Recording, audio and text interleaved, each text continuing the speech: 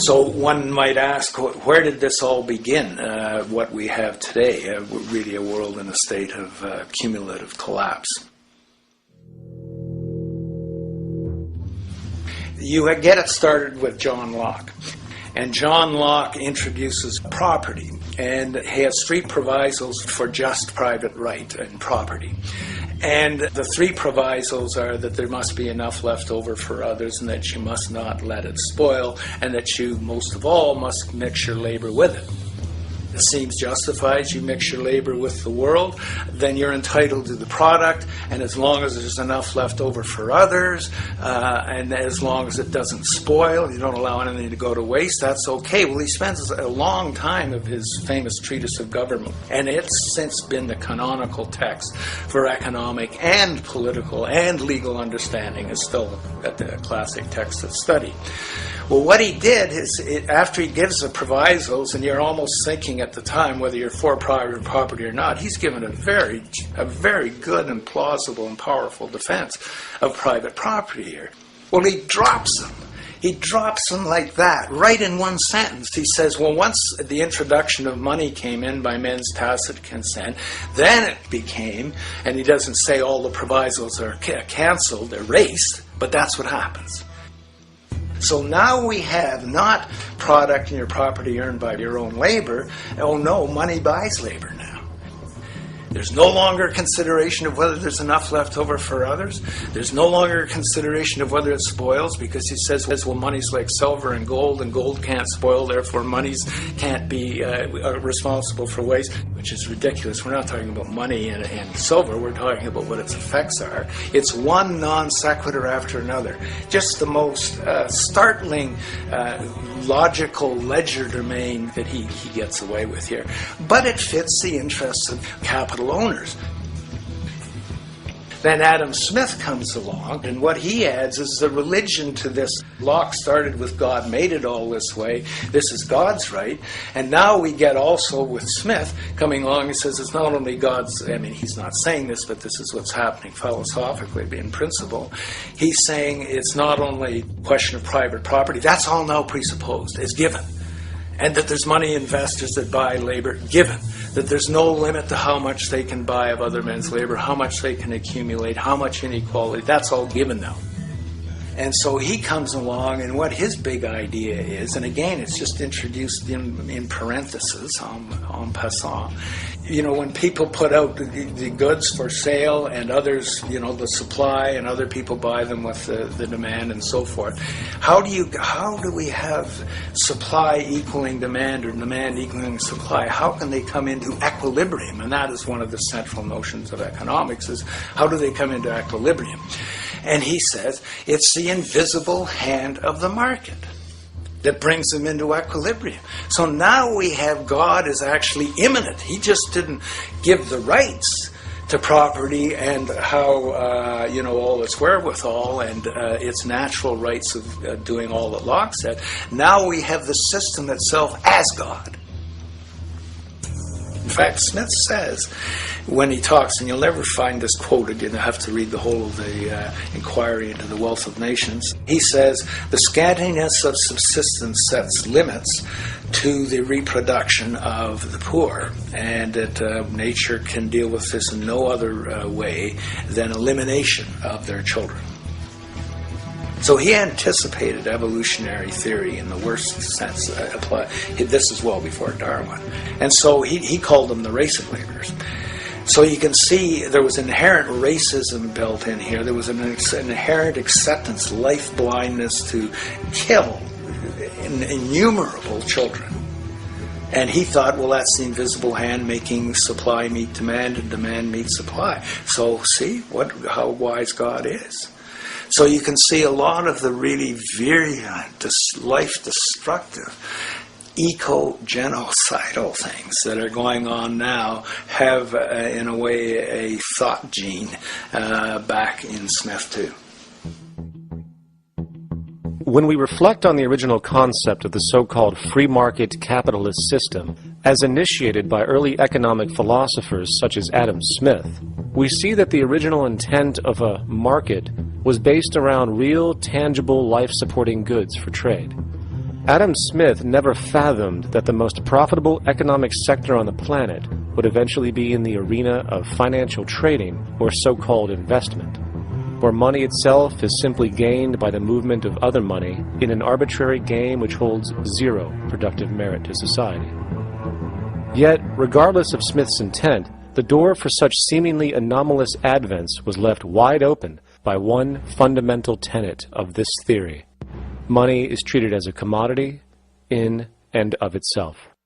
Today, in every economy of the world, regardless of the social system they claim, money is pursued for the sake of money and nothing else. The underlying idea, which was mysteriously qualified by Adam Smith with his religious declaration of the invisible hand, is that the narrow, self-interested pursuit of this fictional commodity will somehow magically manifest human and social well-being and progress. The reality is that the monetary incentive interest, or what some have termed the money sequence of value, has now completely decoupled from the foundational life interest, which could be termed the life sequence of value. What has happened is that there's a complete confusion in economic doctrine between those two sequences. They think that the money sequence of value delivers the life sequence of value, and that's why they say if more goods are sold, if GDPs rise and so forth, therefore there'll be more well-being, enhanced well-being. We take the GDP to be basically our indicator of social health. Well, there you see the confusion. It's talking about money sequences of value, that is all the receipts, all the revenues that are derived from selling goods, and they're confusing that with life reproduction, so that you have built right into this thing from the beginning is a complete conflation of the money and life sequences of value. So we're dealing with a kind of structured delusion that becomes more and more deadly as the money sequence decouples from producing anything at all. So it's a system disorder, and the system disorder seems to be fatal.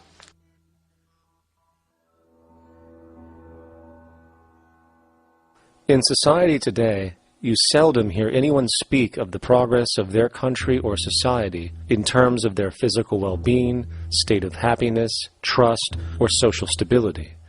Rather, the measures are presented to us through economic abstractions. We have the gross domestic product, the consumer price index, the value of the stock market, rates of inflation, and so on. But does this tell us anything of real value as to the quality of people's lives? No, all these measures have to do with the money sequence itself and nothing more. For example, the gross domestic product of a country is a measure of the value of goods and services sold. This measure is claimed to correlate to the standard of living of a country's people. In the United States, healthcare accounted for over 17% of GDP in 2009, amounting to over $2.5 trillion spent, hence creating a positive effect on this economic measure. And based on this logic, it would be even better for the U.S. economy if healthcare services increased more so, perhaps to $3 trillion or $5 trillion, since that would create more growth, more jobs, and hence boasted by economists as a rise in their country's standard of living. But wait a minute, what do healthcare services actually represent? Well, sick and dying people. That's right, the more unhealthy people there are in America, the better the economy. Now, that is not an exaggeration or a cynical perspective.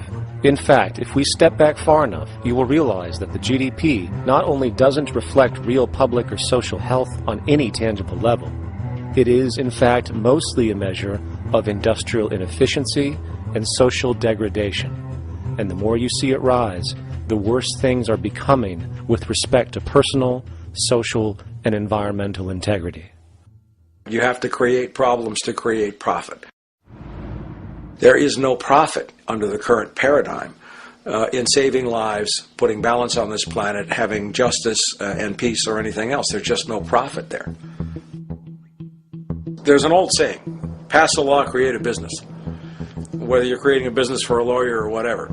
So, crime does create business. Just like destruction creates business in Haiti, we have now roughly 2 million people incarcerated in this country, and of those, many of them are in prisons run by private corporations, Corrections Corporation of America, Wackenhut, who trade their stock on Wall Street based upon how many people are in jail. Now that's sickness, but that is a reflection of what this economic paradigm calls for. So what exactly does this economic paradigm call for? What is it that keeps our economic system going? Consumption. Or more accurately, cyclical consumption. When we break down the foundation of classic market economics, we are left with a pattern of monetary exchange that simply cannot be allowed to stop or even substantially slowed, if the society as we know it is to remain operational. There are three main actors on the economic stage: the employee, the employer, and the consumer. The employee sells labor to the employer for income. The employer sells its production services and hence goods to the consumer for income. And the consumer, of course, is simply another role of the employer and employee, spending back into the system to enable the cyclical consumption to continue. In other words, the global market system is based on the assumption that there will always be enough product demand in society to move enough money around at a rate which can keep the consumption process going. And the faster the rate of consumption, the more so-called economic growth is assumed, and so the machine goes. But hold on, I thought an economy was meant to, economize? Doesn't the very term have to do with preservation and efficiency and a reduction of waste? So how does our system, which demands consumption and the more the better, efficiently preserve or economize at all? Well, it doesn't. The intent of the market system is, in fact, the exact opposite of what a real economy is supposed to do, which is efficiently and conservatively orient the materials for production and distribution of life-supporting goods. We live on a finite planet with finite resources, where, for example, the oil we utilize took millions of years to develop, where the minerals we use took billions of years to develop. So, having a system that deliberately promotes the acceleration of consumption for the sake of so-called economic growth is pure ecocidal insanity. Absence of waste, that's what efficiency is. Absence of waste. This system is more wasteful than all the other existing systems in the history of the planet. Every level of life organization and life system is in a state of crisis and challenge and decay or collapse. No peer-reviewed journal in the last 30 years will tell you anything different. That is that every life system is in decline, as well as social programs, as well as our water access. Try to name any means of life that isn't threatened and in danger. You can't. There really isn't one, and that's very, very despairing. But we haven't even figured out the causal mechanism. We don't want to face the causal mechanism. We just want to go on, that's what insanity is, where you keep doing the same thing over and over again, though it clearly doesn't work. So you're really dealing with not an economic system, but I would go so far as to say an anti-economic system.